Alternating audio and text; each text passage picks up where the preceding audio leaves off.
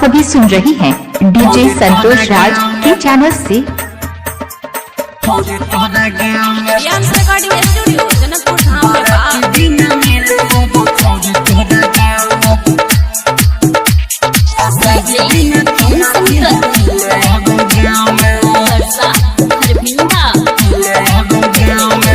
छो तोरा हरदी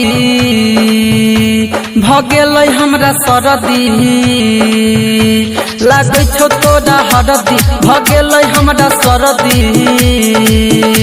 आ तू लहिर तू बनबे या पायल बनबे पाँव में, बाराती बिना मिले एगो छौरी तोहरा गाँव में, बाराती बिना भेंट करबो आके तोहरा गाँव में। डीजे संतोष राज, डीजे संतोष राज, डीजे भोजपुरी पुनर्वास, भोजपुरी पुनर्वास। बिना पूछले करे छही शादी गे, करे छही हमर बराबादी गे, करे छही हमर बराबादी।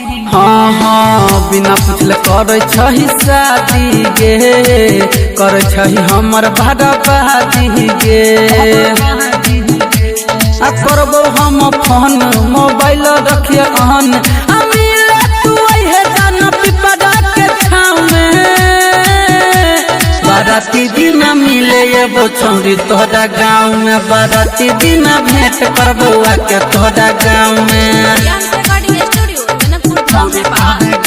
डीजे संतोष राज भलुआही बाजार, मोबाइल नंबर 89 55 91 96 29।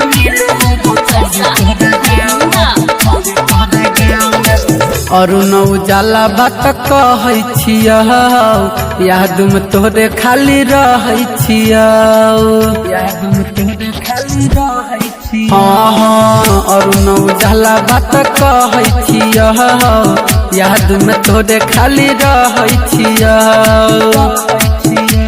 पूरा बस्तो डीजे हम रहबो ओही जे, आ करबो खूबे नाच बाराती सन के भाव में, बाराती दिन मिले डीजे संतोष राज, डीजे संतोष शादी दिन चुमा दी है मिले भोजपुरी पुनर्वास, भोजपुरी पुनर्वास, भोजपुरी पुनर्वास, भोजपुरी पुनर्वास।